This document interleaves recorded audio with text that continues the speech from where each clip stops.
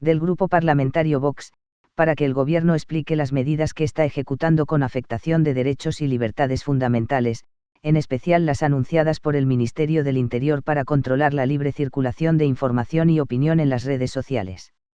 Olona Choclán, Macarena, Vox.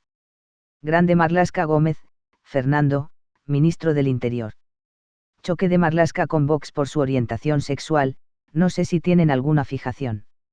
El ministro del Interior, Fernando Grande Marlaska, ha protagonizado uno de los momentos más tensos en el Pleno del Congreso de los Diputados, después de que la diputada de Vox Macarena Olona haya hecho alusión a la orientación sexual del socialista. Durante su primera intervención, la diputada de extrema derecha ha sacado a colación el tema de la homosexualidad y ha dicho que no permitiría que se acusara a su partido de considerar a gays y lesbianas como personas enfermas, porque no es así. A este respecto, el ministro ha respondido que no sabía por qué siempre se hacía referencia a su orientación sexual. No sé si tiene alguna fijación, no somos enfermos, ha continuado para, a renglón seguido, pedir a Olona que traslade a la asociación Hazte Oír que este mensaje. Si me hace el favor que le he pedido, no estaría mal, ha subrayado Marlaska, quien ha instado a la diputada, que tiene la suerte de ser joven e hija de la democracia. Como decíamos ayer, nuestra democracia se desangra. Yo acuso, señor Marlaska, yo acuso, dando voz a millones de españoles, que este Gobierno socialcomunista está utilizando la crisis del coronavirus como una coartada para arrebatarnos nuestros derechos y libertades, para imponer un cambio de régimen con medidas represivas, censoras y autoritarias que son claramente arbitrarias e ilegales. Han secuestrado al pueblo español, señor ministro de Interior, atenazándole con los grilletes más efectivos, el miedo. El miedo como herramienta de sometimiento. Y a lomos de nuestro miedo, señor Marlaska, cabalga la destrucción de nuestro Estado de Derecho, hoy convertido en un estado de sumisión, con unos jinetes socialcomunistas a quienes España y su pueblo han demostrado les importa muy poco. Nuestra democracia se desangra, señorías, y la libertad se nos está escurriendo entre los dedos. Si algo nos ha demostrado la historia, es que con el totalitarismo, señor Iglesias, no se dialoga, se combate. Y hoy yo diría a esta Cámara y a los españoles que en la lucha por el derecho y la libertad, como dijera Churchill, no nos rendiremos jamás a la servidumbre y la vergüenza. Es el momento, señorías, de la osadía y la resistencia. Desde que se declarara el estado de alarma y este Gobierno socialcomunista iniciara su deriva totalitaria, confinando a los españoles en un inconstitucional estado de excepción absolutamente ilegal y despojándonos conforme avanzan los días y vamos perdiendo vidas en el camino de todos y cada uno de nuestros derechos y libertades, Vox está actuando como un auténtico dique de contención. Nuestra principal preocupación ha sido y es, como no puede ser de otra manera, la vida de nuestros compatriotas. Y por eso, desde el pasado 29 de enero, no desde marzo, como falazmente mintió el señor Simancas en esta tribuna de oradores, hemos presentado más de 100 proposiciones no de ley y más de 2.000 preguntas de control, a pesar de la ilegal mordaza a la oposición que se ha acordado en este Congreso. Quiero recordarles cómo reclamamos con insistencia y, por supuesto, en soledad, desde el pasado 9 de marzo, el cierre de nuestras fronteras y la restricción de viajeros procedentes específicamente de países como China, Italia o Corea del Sur, que eran quienes en aquel momento, comienzos de marzo, estaban sufriendo con mayor virulencia esta peste del siglo XXI que nos asola, esta peste china. ¿Saben qué dijo entonces una voz autorizada como nuestro diputado y portavoz de la Comisión de Sanidad, nuestro doctor Stigman? Creemos que el Gobierno no entiende la doctrina de los vasos comunicantes. Tendrían que haber obstruido el orificio, no tenían que haber dejado pasar el líquido infecciosos. Hay momentos en los que un país tiene que defender su soberanía. ¿Cuántas vidas, señorías, se habrían salvado si nos hubieran escuchado? Pero ¿saben lo que hicieron? Nos insultaron. Nos insultaron desde el Ministerio de Sanidad. Y no cualquier persona, uno de sus expertos, el director general de Ordenación Profesional, el señor Rodrigo Gutiérrez, que nos llamó ignorantes y xenófobos. Pero también en esta Cámara, y por citar un ejemplo muy concreto, señor Echenique, lamento que nos abandone, porque precisamente iba a referirme a sus manifestaciones, frente al pseudoperiodismo de los reporteros de mascarilla, frente al clickbait del vamos a morir todos, frente a la extrema derecha pidiendo el cierre de fronteras, por una gripe menos agresiva que la de todos los años, el rigor y la profesionalidad de Lorenzo Milá. A este tuit se acompañaba una conexión televisiva con la televisión española, como no, con el señor Xavier Fortes, actor destacado en la brigada informativa al servicio del Ministerio de la Verdad de este Gobierno socialcomunista, en la que el señor Lorenzo Milá se refería al coronavirus como una gripe que afecta sobre todo a las personas mayores, porque es necesario que tengamos memoria y que recordemos. El desprecio de este Gobierno socialcomunista hacia las personas de mayor edad en nuestro país ha estado presente desde el principio. Intentaron minimizar la importancia de esta pandemia extendiendo la idea de que solo mataba a los ancianos y continúan despreciando la vida de nuestros mayores como si valiese menos que la de cualquier otra persona más joven, desahuciándolos en las residencias de ancianos, donde quiero recordar que ya han muerto más de 14.000 completamente desahuciados, a quienes se les ha obligado a convivir con cadáveres porque se han convertido en auténticas morgues. ¿Y qué es lo que tenemos? Que siguen insultando al partido al que, por desgracia, el tiempo ha confirmado sus alertas sanitarias cuando, con la misma claridad, alzamos la voz para denunciar que están haciendo rapiña de la tragedia que asola España para imponer en nuestro país el modelo chavista venezolano. Lo dije en mi anterior intervención. Están aprovechando esta tragedia para avanzar ese mismo camino que ya recorrió el señor Hugo Chávez, ese demócrata, según el señor Pablo Iglesias, ese sectario, ese dictador, ese sangriento golpista, para arrebatar a nuestros hermanos venezolanos sus derechos y libertades, para llenar sus bolsillos con miles de millones de euros expropiados al pueblo y para convertir la gran nación de Venezuela en un narcoestado, según investiga Estados Unidos. Señor ministro Marlaska, este Gobierno socialcomunista ha hecho de la mentira un sistema de supervivencia y por eso, con mucha claridad, sin escondernos, les calificamos desde Vox como el Gobierno del bulo. Antes de que rebata mis afirmaciones, las ilustraré con unos ejemplos muy concretos. Porque yo no miento, señor ministro Marlaska, y tampoco cometo delitos, por más que esté intentando meterme en la cárcel. 31 de enero, Fernando Simón. España no va a tener, como mucho, más allá de algún caso diagnosticado. Salvador Illa rechaza el alarmismo por el coronavirus y dice que las mascarillas no sirven. La señora María Jesús Montero, España está preparada para el coronavirus, 22.000 muertos. Ministerio de Sanidad, Red Pública Oficial, 26 de febrero. Al llegar de una zona de riesgo puedes hacer vida normal. Si tras 14 días no tienes síntoma, no es necesario tomar medidas. Ataúdes, señor Marlaska, que intentan ocultarlos. El Gobierno desoyó a la Organización Mundial de la Salud 5 veces en febrero. De mis favoritas, Calviño ve impactos poco significativos por el coronavirus en la economía y precisa que serían transitorios. Estamos hablando de 4 de marzo. Don Fernando Simón, no es necesario cerrar colegios o universidades porque no ayudaría a frenar la expansión del coronavirus. 25 de marzo, un informe de Sanidad del día 6 de marzo alertaba sobre el riesgo del contagio. Pero hete aquí, señor ministro Marlaska, que nos iba la vida en acudir a su manifestación ideológica. Moncloa barajó elevar la alerta sanitaria por el coronavirus 6 días antes del 8 de marzo. Illa garantiza mascarillas del coronavirus para hospitales y profesionales. Las seguimos esperando. Está usted también, señor Marlaska. Asegura que las farmacias tendrán mascarillas a finales de esta semana por la anterior. Seguimos esperándolas, señor Marlaska. Por no entrar en el bulo gubernamental por excelencia, que es el de los números de fallecidos, que a fecha de hoy y los que vendrán se han causado en España por culpa de esta peste china.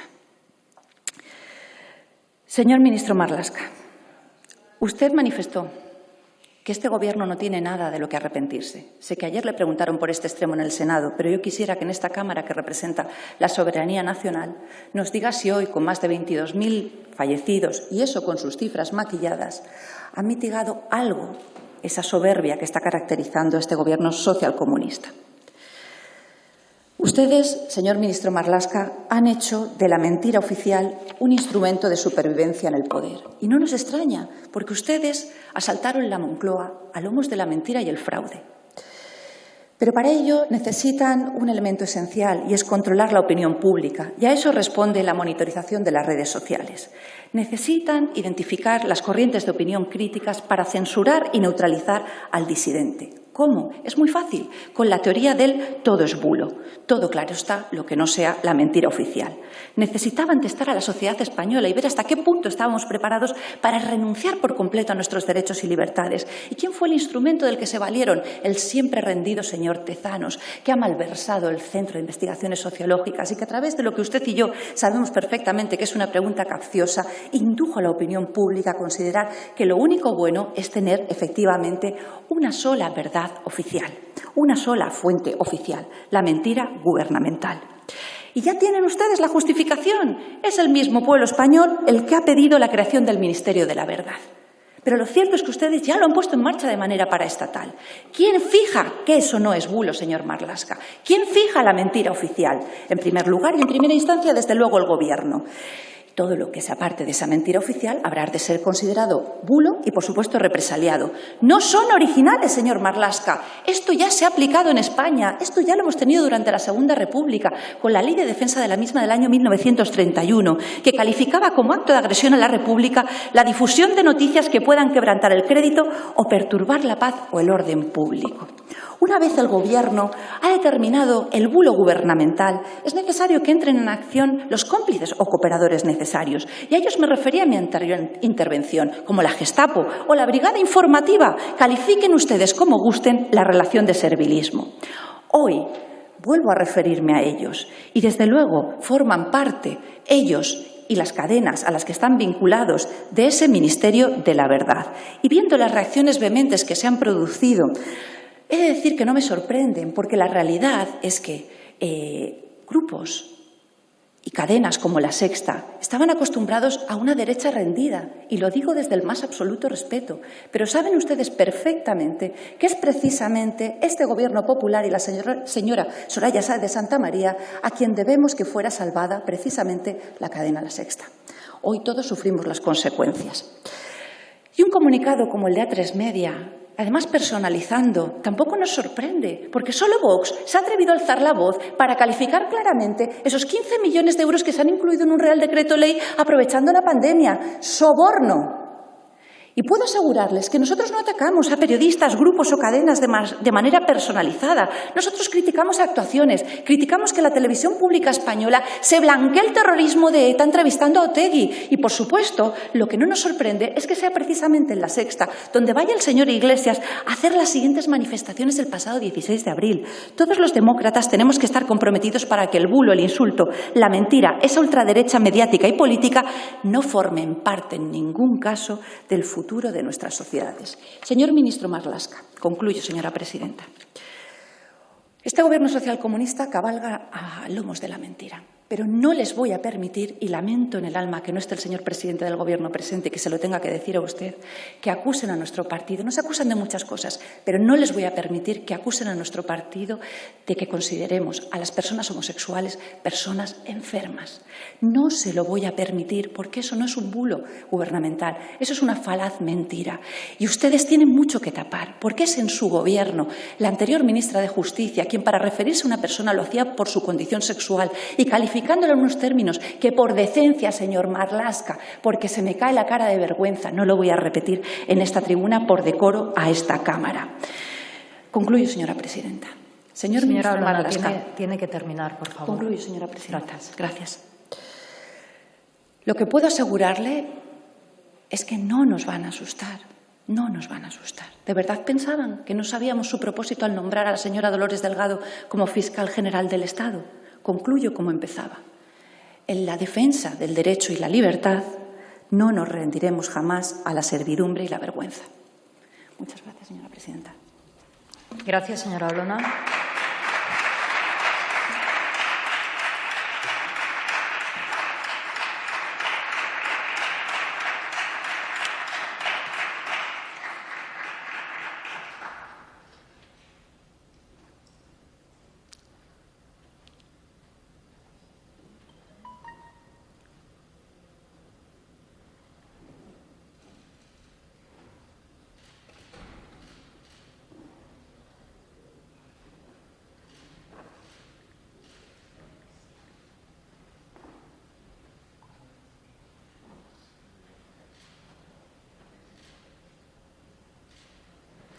Muchas gracias, Catalina. A continuación, tiene la palabra en nombre del Gobierno el señor ministro del Interior.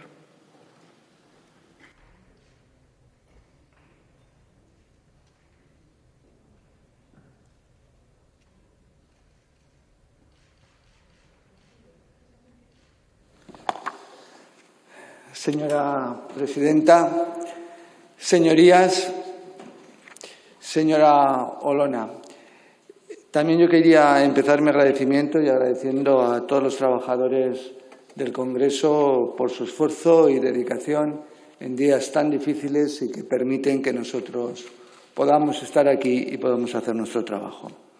Jacques Émile Zola, le recomiendo que lo lea pero profundamente y que se empape de la historia de Alfred Dreyfus.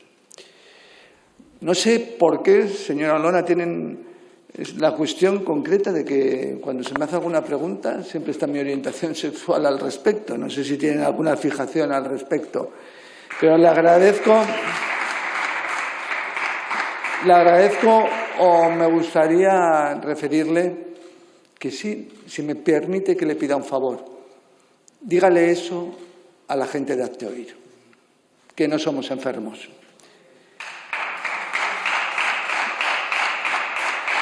Esta interpelación que plantea su grupo parlamentario, interesando conocer las medidas que el Gobierno está, entre comillas, ejecutando con afectación de derechos y libertades fundamentales, en especial las anunciadas por el Ministerio del Interior para controlar la libre circulación de información y opinión en las redes sociales. Cierro comillas. Repito, vuelvo a abrir comillas.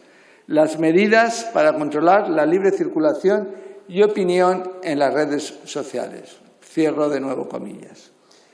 Esta interpelación, decía, se podría contestar de una manera muy rápida y sencilla. El Ministerio del Interior evidentemente no está implementando ninguna medida para controlar la libre circulación y opinión en las redes sociales. Y no lo hace por la sencilla razón de que nuestro país es un Estado de Derecho. Y como usted bien sabe, el artículo 21 de nuestra Carta Magna consagra en su apartado A la libertad de expresión y en su apartado D el derecho que tenemos a recibir información veraz. Por lo tanto, no puedo estar más en desacuerdo, ni con el enunciado de la interpelación ni con su intervención inicial plagada de falsedades, pero le diría algo más. Y se lo diría a Zola también, en Jacques, plagada de intolerancia. En España, reitero, para que conste en el diario de sesiones, no se están tomando medidas para limitar la libertad de expresión ni el derecho a recibir información veraz. En España, como en todo el mundo, lo que está sucediendo es que hay una crisis sanitaria de primer orden, de una extraordinaria gravedad. Una situación que nos ha obligado a quedarnos en casa, a reducir nuestros contactos. Una situación excepcional que en unas pocas semanas nos ha obligado a cambiar cómo trabajamos, cómo nos relacionamos con nuestros familiares, amigos, con nuestros seres queridos. Nos ha obligado también a cambiar cómo se estudia y a la vez cómo los docentes, a quienes hoy quiero reconocer, pocas veces se reconoce a los docentes, el gran esfuerzo de estos días. Los docentes que investigan, enseñan, evalúan y también nos enseñan valores, señora Olona, también. En definitiva, una situación que nos ha obligado en muy poco tiempo a cambiar cómo vivimos. Conectados a través del ciberespacio, consultando fuentes de información, teletrabajando y evolucionando desde ser receptores de información a convertirnos ahora también, y gracias al potencial que ofrecen las redes sociales, nos hemos convertido también en emisores. Señoras y señores diputados, señora Olona, es una situación que podríamos calificar como inédita y que, por tanto, hace que seamos vulnerables ante desaprensivos. Sí, vulnerables ante desaprensivos. que pretenden aprovechar esta crisis sanitaria y cuyos actos ponen en riesgo la salud de todos. Ante este nuevo contexto, el Gobierno y el Ministerio del Interior tiene como una de sus prioridades, y lo dije en mi comparecencia de líneas generales en la Comisión de Interior y lo reitero ahora, asegurar nuestra digitalización. Por esta razón, conscientes de los cambios que supondría la declaración del estado de alarma, desde el día 13 de marzo de este año, el Ministerio desplegó un dispositivo extraordinario de ciberseguridad, el de COVID-19. Y el objetivo no es otro, señorías, que realizar una labor de vigilancia digital. ¿Pero para qué esa vigilancia digital? Detectar e informar posibles amenazas a la ciberseguridad, rastreando redes sociales y también, evidentemente, la web profunda, la web oscura. Y reforzar la labor del Departamento de Seguridad Nacional de la Presidencia del Gobierno en el marco del procedimiento de lucha contra la desinformación. Se trata, por tanto, de evaluar posibles amenazas que, una vez se conocen, se notifican a las fuerzas y cuerpos de seguridad para que investiguen y actúen con todas las garantías que ofrece, evidentemente, nuestro Estado de Derecho. Y cuando hablamos de amenazas, no hablamos de opiniones personales, no hablamos de críticas a la gestión del Ejecutivo. Cuando hablamos de amenazas, hablamos de manipulación de documentos oficiales sobre el estado de alarma, como tristemente sucede, de falsos remedios para prevenir y tratar la enfermedad, como tristemente acontece, de manipulación del estado real de los servicios esenciales, como la alimentación o el transporte, para causar alarma, como tristemente verificamos todos los días, de phishing, de webs falsas o de estafas que pretenden suplantar a páginas oficiales pidiendo el abono de dinero. Y todos los días lo vemos aprovechando el COVID. Y trabajamos en beneficio de todas las instituciones y de las páginas web de todas las instituciones, ayuntamientos, comunidades autónomas, gobierno central, servicios esenciales, instituciones críticas del Estado. Hablamos, en ese sentido, señora Olona, de 274 eventos de informaciones falsas que han sido conocidos por las fuerzas y cuerpos de seguridad. Muchos de ellos sobre falsos remedios, como he dicho. Falsos remedios que ponen en riesgo la salud de nuestros ciudadanos. Para tratar y prevenir el COVID-19, pero también estafas, como he indicado. También hablamos, por ejemplo, de las 45.773 dominios de los que la Policía Nacional ha tenido que pedir el bloqueo, porque utilizaban actividades ilegales y potencialmente peligrosas, aprovechando de nuevo esta pandemia. Estamos hablando de desaprensivos. Hablamos en defensa de actos organizados por desaprensivos que pueden tener efectos nocivos en nuestra economía también. Y lo que es más grave, que si tuviesen éxito pondrían en riesgo nuestra salud y la de las personas que nos rodean.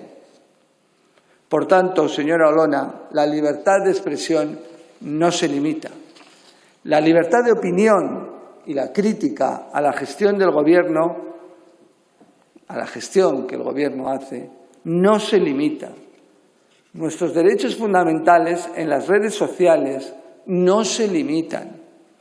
Al revés, su ejercicio se refuerza porque se ejercitan en un marco de certidumbre. Lo único que se limita, señoría, son las conductas, como he indicado, de personas desaprensivas.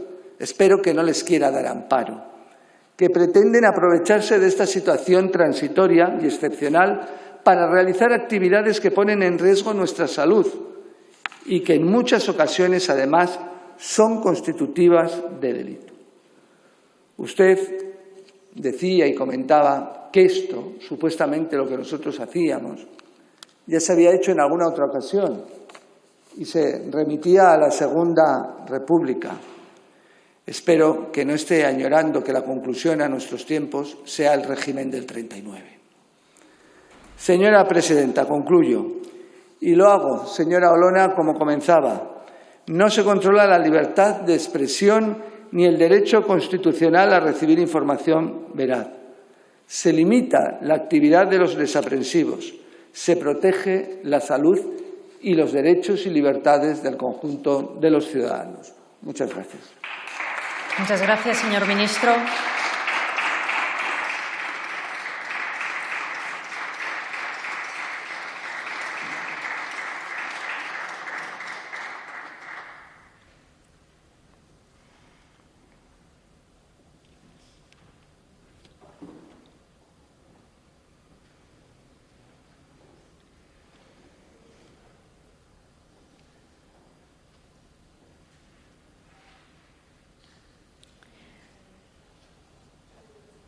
Muchas gracias, señora Guille. Tiene la palabra la señora Olona Choclán.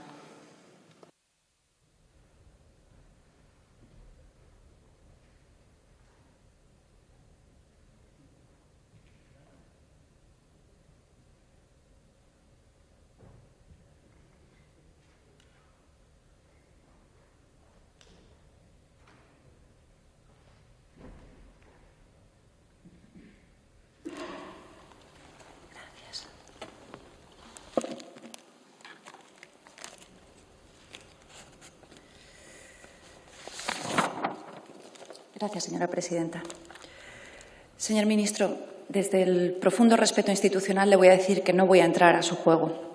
Simplemente quiero subrayarle que no es a mí ni a mi partido a quien debe usted explicar la miseria que supone que por condición sexual o por cualquier otra condición que nos iguala y no nos hace distintos se le califique como un insulto. No es ni a mí ni a nuestro partido, se lo aseguro, señor Marlaska. Señorías, como decía anteriormente, con el totalitarismo no se dialoga, se combate. Y, por supuesto, señor Marlaska, que no estoy haciendo alusión a un combate marcial, sino a un combate democrático. Yo soy hija de la democracia, formo parte de un partido democrático que si algo hace es luchar y defender la libertad. La de todos, señor Marlaska, también la de usted y, por supuesto, la de votantes distintos de nuestras formaciones. Pero la supremacía moral de la izquierda es la que ha llevado a que en este país, sin oposición a nuestra aparición, hasta la aparición de Vox, se haya considerado que solo debe existir una libertad en un lado y no para todos. Y ahora el problema es que ustedes se han abrazado al comunismo, se han arrojado a sus brazos, representados por el rostro más sectario del señor Pablo Iglesias. ¿Sabe qué ocurre, señor Marlaska? Que esto lo que determina es que ustedes consideren que hay libertad para llamar asesino al señor Aznar, para llamar corrupto al señor Rajoy, para hacer mofas sobre Irene Villa o sobre José Antonio Lara, para incluso jalear a las masas para que vayan a incendiar en la calle Génova la sede del PP. Y sin embargo, señor Grande Marlaska, cuando democráticamente alzamos una voz crítica, porque eso es lo que hacemos, lo ha dicho esta mañana el presidente Abascal, es nuestro derecho, pero también nuestra obligación.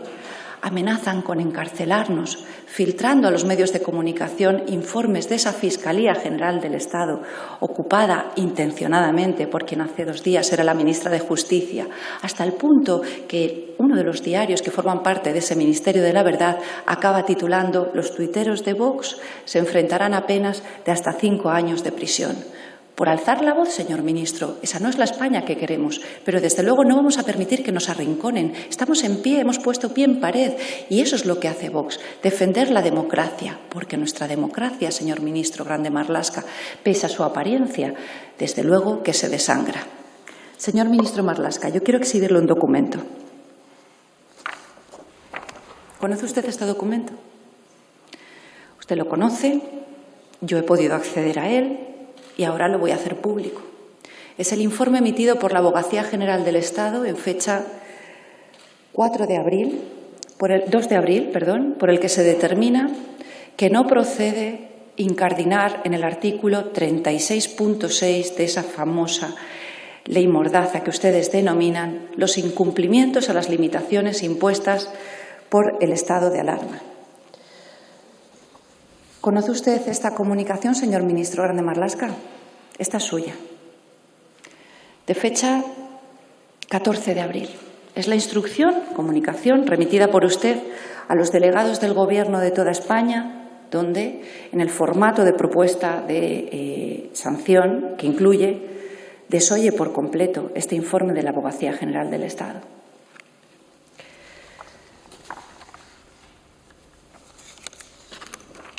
Ahora le voy a exhibir un mensaje publicado en la cuenta oficial de Twitter, de las redes sociales del Partido Socialista Obrero Español, en el que se hace eco el pasado 13 de abril de unas declaraciones suyas en Hoy por Hoy, diciendo: esta madrugada ha habido un nuevo asesinato de violencia machista en Valladolid.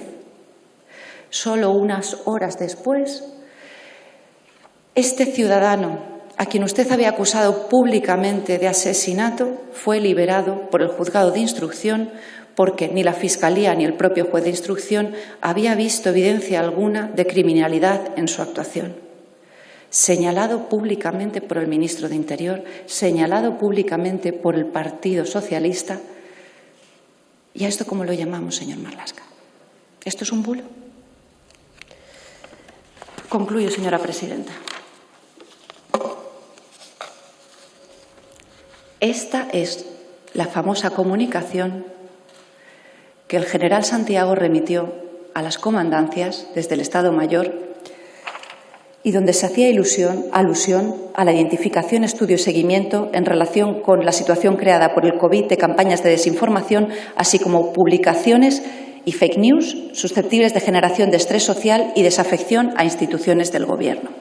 Señor ministro Marlaska, se reproducen otros documentos de nuestro Instituto Armado, a quien le puedo asegurar no debe dar ninguna lección a nuestro partido de cariño y de profundo respeto. Y como usted dijo en un medio de comunicación, le puedo asegurar que no vamos a utilizar el Instituto Armado ni ninguna otra institución del Estado para acceder y castigar al señor ministro de Interior.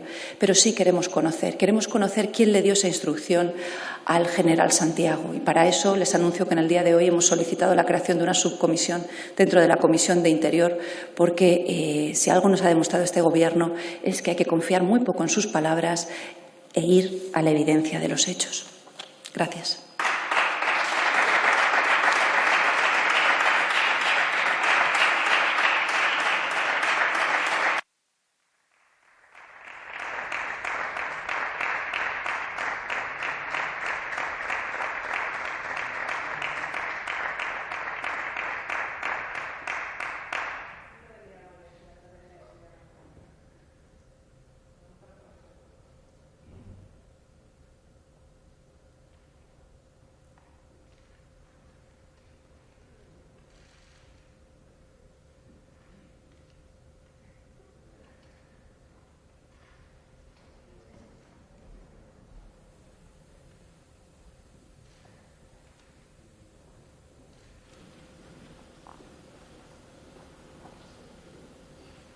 Muchas gracias, Catalina.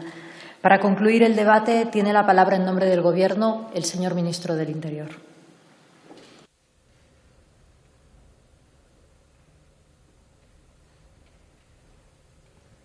Gracias, señora presidenta. Señora Olona, yo sí que no voy a entrar en su juego. No voy a entrar en su juego. Porque usted está muy cerca del bulo. Porque usted hace unas manifestaciones mías en la SER, no voy a entrar, de las que luego hice autocrítica, lo que ustedes no hacen. Pero no eran falsas, ni lo que yo decía no se ajustaba a la realidad. Esa persona fue detenida como supuesto autor de un delito de violencia de género. Tengo que recordar. Pero luego, no obstante, hice autocrítica. Eso es lo que es falaz. No completar la información. Eso es lo que tiene un propósito. Faltar a la verdad, a la narración de los hechos. Eso tiene un propósito. Desprestigiar faltando. Eso es indecencia.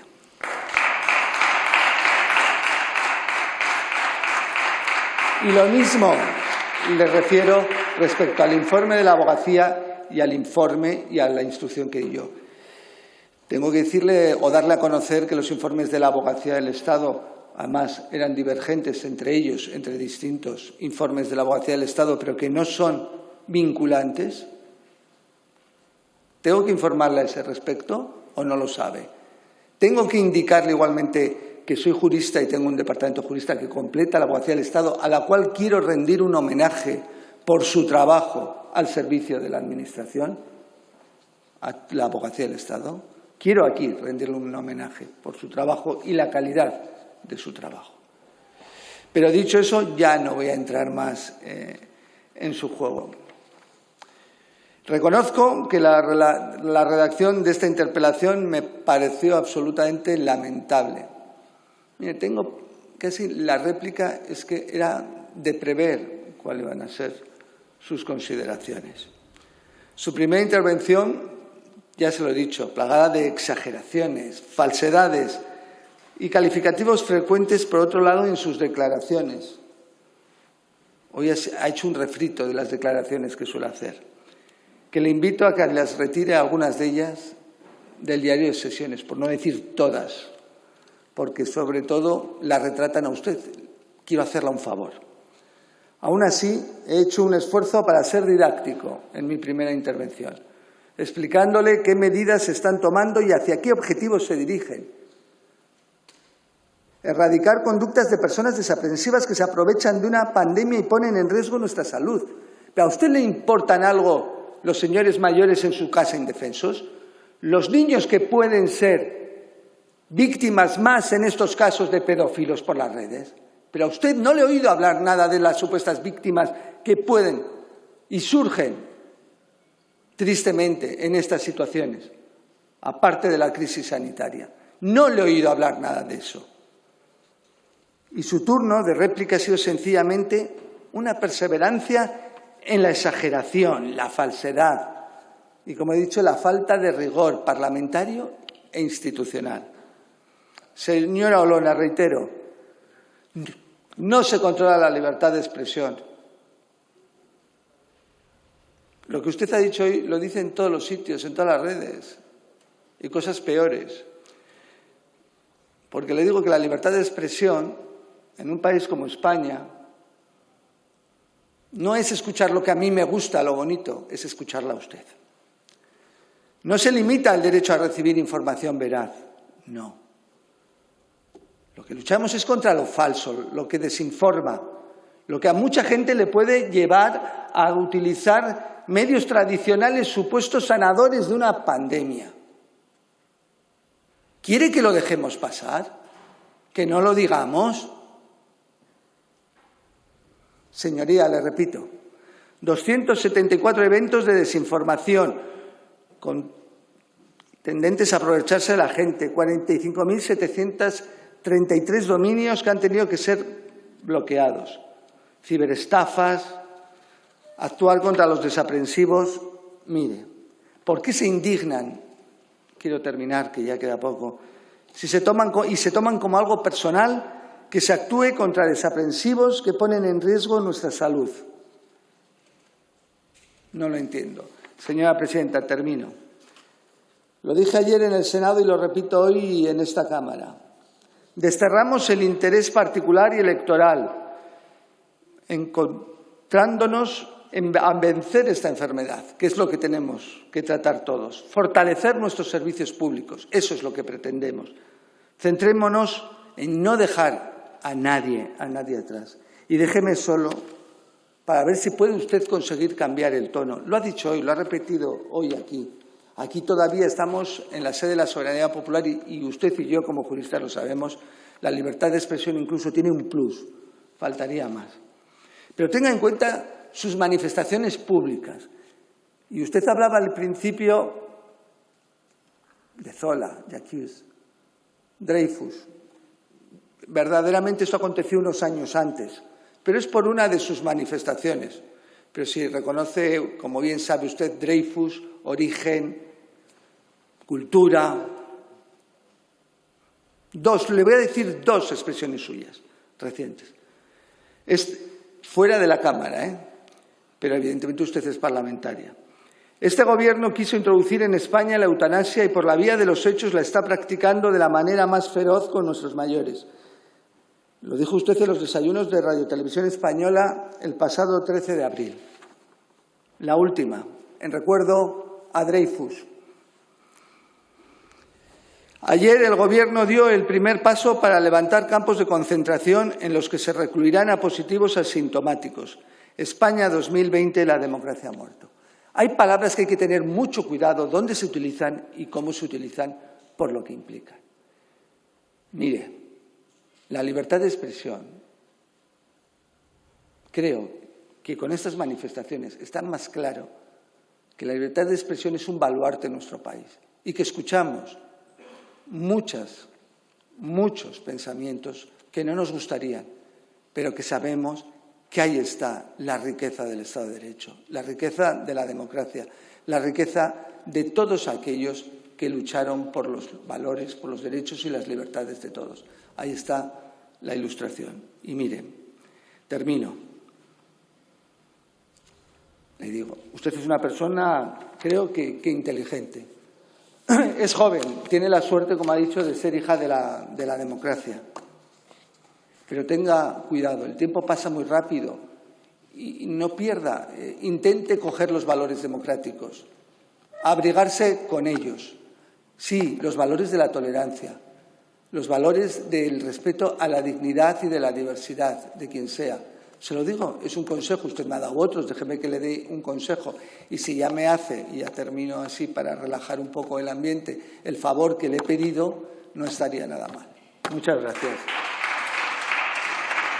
Gracias, señor ministro.